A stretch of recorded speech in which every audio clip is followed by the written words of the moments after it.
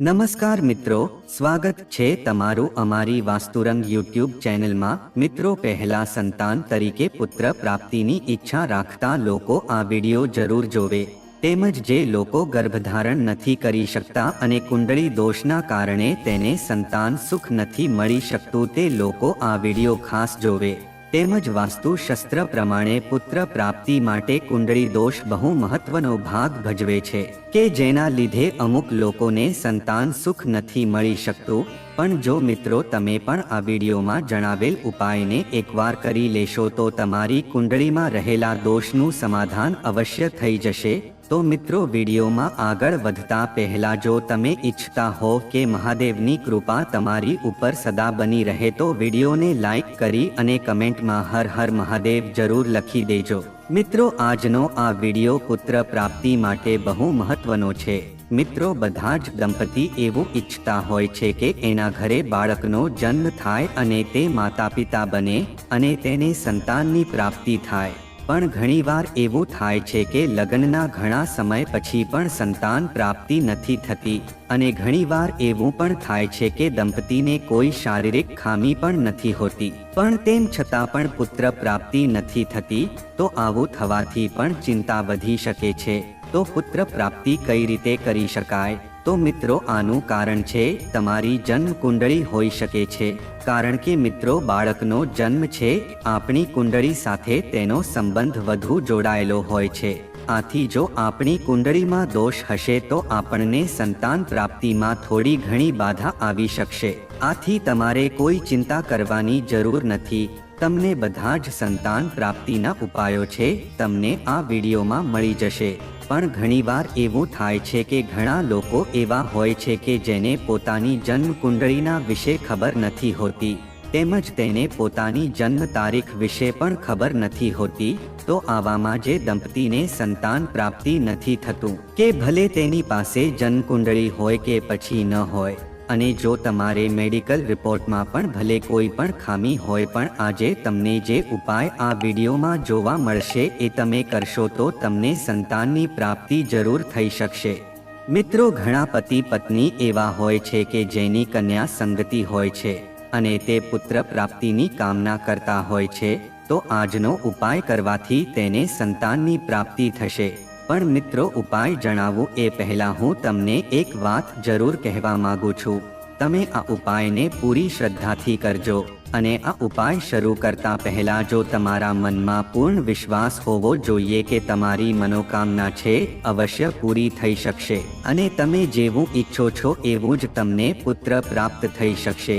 અને જો તમે એક પુત્ર માટે પ્રાર્થના કરી રહ્યા હોવ કે પછી એક પુત્રી માટે પ્રાર્થના કરી રહ્યા હોવ તો આ પ્રાર્થના અને શ્રદ્ધા છે તમારે સાચા મનથી અવશ્ય કરવી જોઈએ કે જેથી કરીને તમારી પુત્ર પ્રાપ્તિની મનોકામના છે પૂરી થઈ શકે।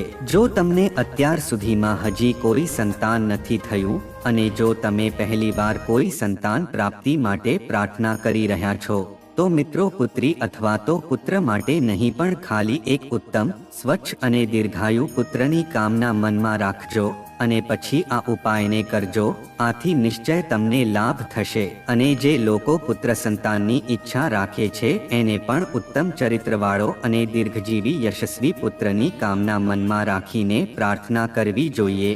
કારણ કે મિત્રો, આપણા સંતાન એવા હોવા જોઈએ કે જે ભલે પુત્ર હોય કે પુત્રી પણ જે પણ સંતાન હોય એનાથી આપણા કુળના અને આપણા પરિવારનો યશ વધી શકે અને આ ઉપાયથી તમને નિશ્ચિત એક સંતાનની પ્રાપ્તિ થશે કે જેનાથી તમારા કુળનું માન વધશે।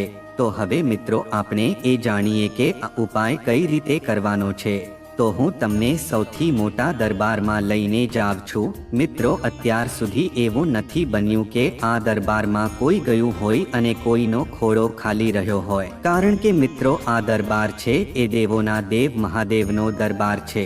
જે કોઈ પણ મિત્રો મહાદેવના ભક્તો છે અને તે એના દરબારમાં સાચા મનથી પ્રાર્થના કરે છે અને તેની વિધિવત પૂજા કરે છે અને મહાદેવનો જળાભિષેક કરે છે તો મહાદેવ એની મનોકામના અવશ્ય પૂરી કરે છે। મિત્રો, જો તમે શ્રાવણ મહિનામાં પણ આ ઉપાય કરો છો તો પણ તમે પુત્રની પ્રાપ્તિ કરી શકો છો કારણ કે મિત્રો, શ્રાવણ મહિનામાં આપણા મહાદેવ વધારે પ્રસન્ન રહે છે અને તે તેના આશીર્વાદ આપણી ઉપર વરસાવી દે છે. અને જો આપણે સાચી શ્રદ્ધાથી પુત્ર પ્રાપ્તિ માટે અથવા તો પુત્રીની પ્રાપ્તિ માટે આપણે તેને પ્રાર્થના કરી હોય તો તે આપણી ઈચ્છા જલ્દી જ પૂરી કરી દેશે. મિત્રો, આજના આ વિડીયોના માધ્યમથી હું તમને પુત્રી અને પુત્ર પ્રાપ્તિ માટે કંઈક એવા ઉપાયો જણાવીશ કે જે ઉપાયને તમે અજમાવશો તો તમારી મનોકામના જરૂર પૂરી થશે. તમે આમાંથી કોઈ પણ ઉપાય છે પૂરી શ્રદ્ધાની સાથે અને પૂરા વિશ્વાસની સાથે કરજો અને તમે એવું માનજો કે તમે આટલા મોટા મહાદેવના દરબારમાં આવ્યા છો તો આ દરબારમાંથી તમારો ખોળો ખાલી નહીં જાય. મિત્રો, મહાદેવ છે એ દેવોના દેવ છે. આથી સૌથી મોટો દરબાર મહાદેવનો છે.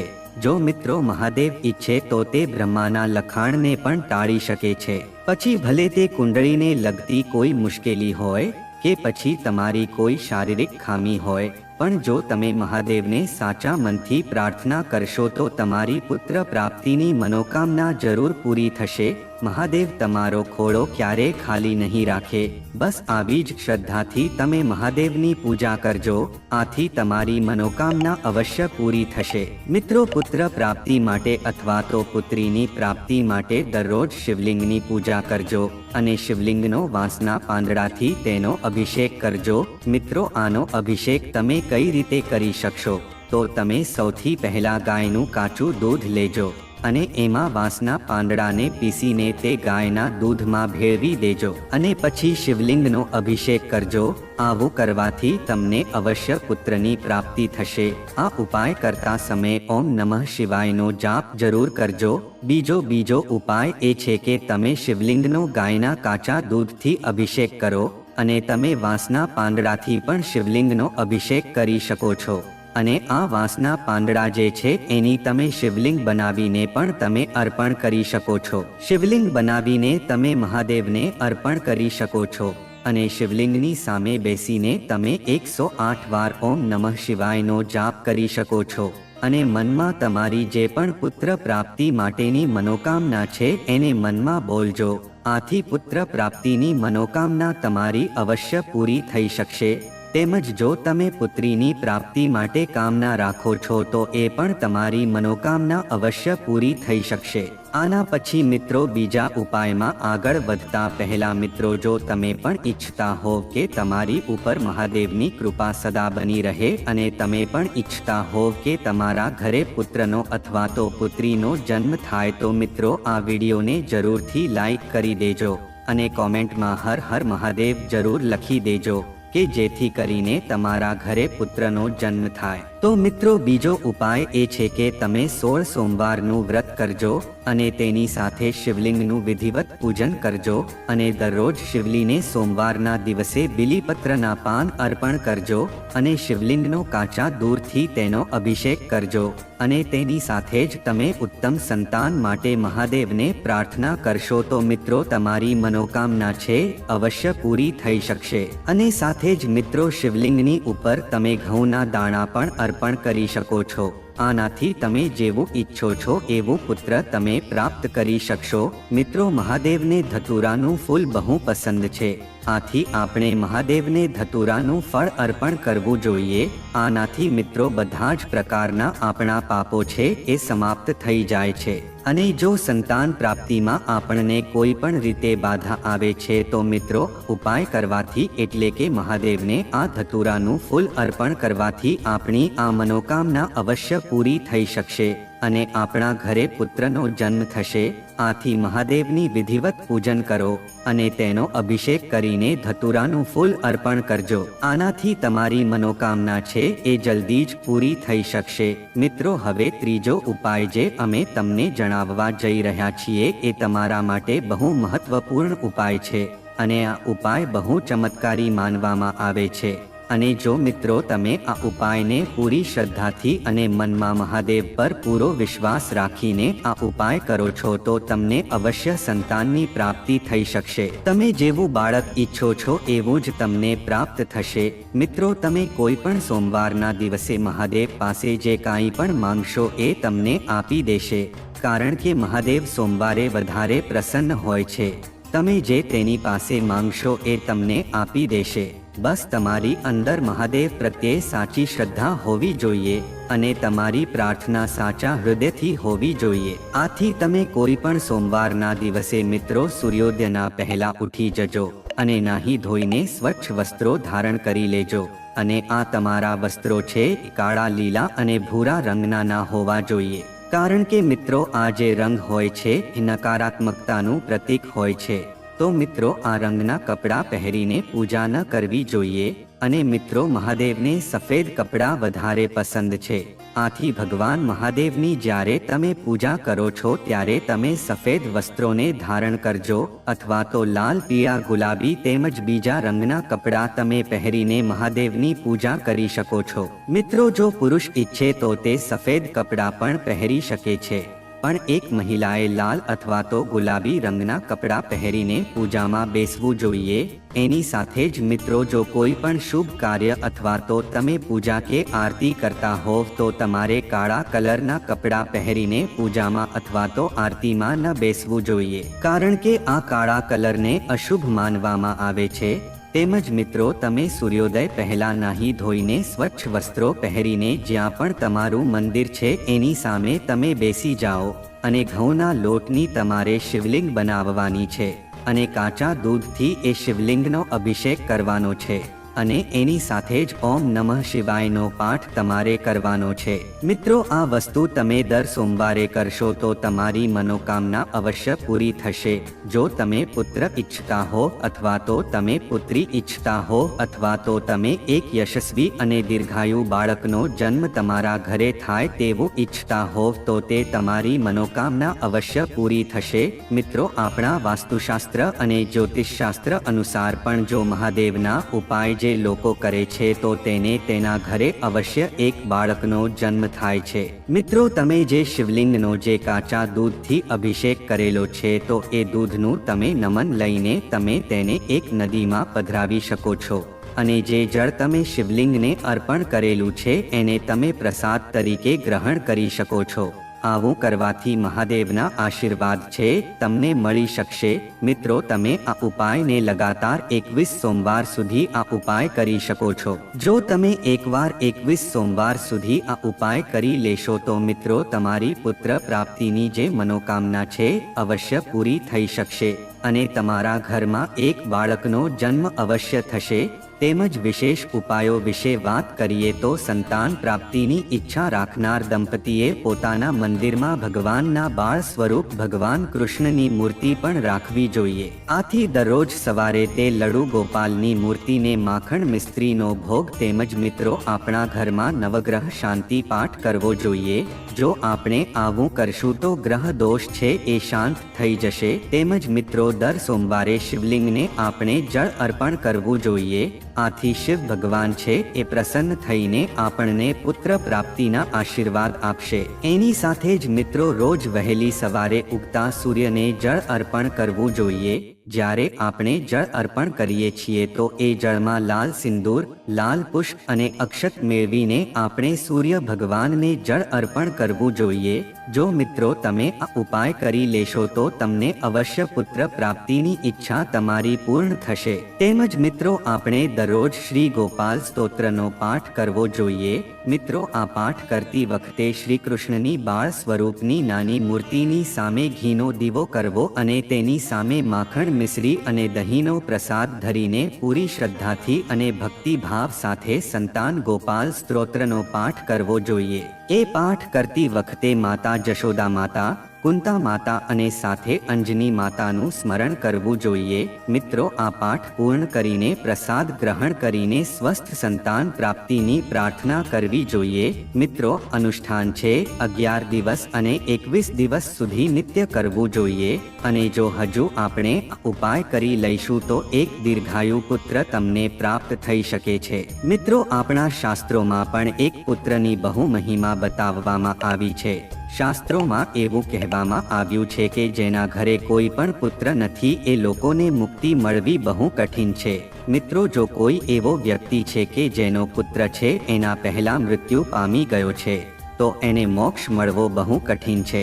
જો પિતાની અંતિમ યાત્રામાં પોતાના પિતાનું પુત્ર દ્વારા પિંડદાન ન કરવામાં આવે તો પિતાના આત્માને ઉચ્ચલોકની પ્રાપ્તિ નથી થતી. આથી એક પુત્રનું મહત્વ બહુ છે. આથી અમે તમને ઘણા એવા વિશેષ શિવ પુરાણના પુત્ર પ્રાપ્તિના ઉપાયો વિશે જણાવીએ. જો કોઈ પતિ પત્ની આ ઉપાય કરવામાં સફળ થઈ જાય તો તેને પુત્રની પ્રાપ્તિ અવશ્ય થઈ શકશે. મિત્રો, સનાતન ધર્મમાં લગ્ન પહેલા કુંડળીનું મિલાન કરવાનું વિધાન છે, જેથી લગ્ન ઉપરાંત વૈવાહિક જીવનની સંપૂર્ણ જાણકારી પણ મળે છે. કુંડળી મિલાનમાં 9 અને 5નો ભકુટ દોષ લાગવાથી સંતાન પ્રાપ્તિમાં વાર લાગે છે. આ કારણોસર લગ્ન પહેલા કુંડળી મેળવવામાં આવે છે. જ્યોતિષીઓ અનુસાર કુંડળી મિલાથી નાડી દોષ અને ભકુટ દોષ વિશે જાણકારી મળે છે. દોષ લાગે તો તેનું નિવારણ પણ જરૂરી છે, જેથી વૈવાહિક જીવન સુખમય રીતે પસાર થાય છે. આ બાબતો ધ્યાનમાં લેવામાં ન આવે તો વૈવાહિક જીવનમાં બાધા આવે છે. જો કોઈ કારણોસર સંતાન થવામાં વધુ સમય લાગે તો બુધવારના દિવસે પૂજાના સમયે ગણેશ અને ગોપાલ સ્તોત્રના પાઠ કરવા જોઈએ, જેથી સંતાન પ્રાપ્તિનો યોગ બનશે અને તમને જરૂર એક પુત્રની પ્રાપ્તિ થશે. તેમજ તમારું ઘર કિલકિલાટથી ગુંજી ઉઠશે. મિત્રો, શિવ પુરાણમાં આ 4 સરળ ઉપાય વર્ણવવામાં આવ્યા છે. મિત્રો, પહેલો ઉપાય એ છે મહિલાઓ માટે બતાવવામાં આવ્યો છે.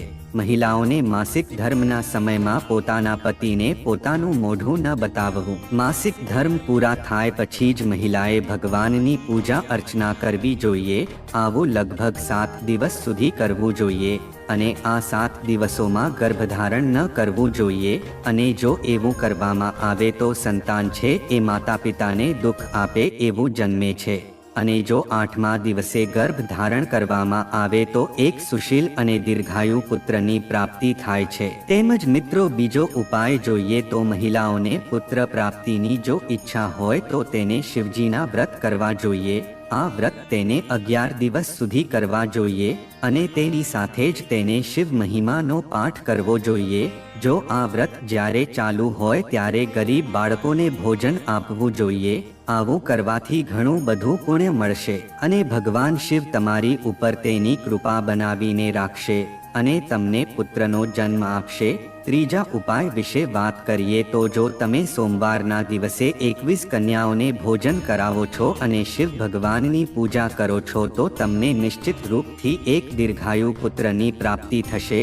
તેમજ ચોથા ઉપાય વિશે વાત કરીએ તો જે કોઈ પતિ પત્નીને પુત્ર પ્રાપ્તિની ઈચ્છા છે તો તે બંને સવારે વહેલા ઉઠીને શિવ ભગવાનની પૂજા કરવી જોઈએ અને શિવલિંગ ઉપર દૂધ ચડાવીને પૂરી શ્રદ્ધા અને સાચા મનથી શિવજીની પૂજા અર્ચના કરવી જોઈએ.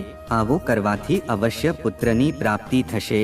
આવું શિવ પુરાણમાં પણ જણાવવામાં આવ્યું છે. તો મિત્રો, જો આ માહિતી તમને ગમી હોય તો વિડીયોને લાઈક કરી અને ચેનલને સબસ્ક્રાઇબ પણ કરી દેજો કે જેથી કરીને અમે રોજ વાસ્તુશાસ્ત્રને લગતા વિડીયો લાવતા રહીએ. તમારો દિવસ શુભ રહે. ધન્યવાદ મિત્રો.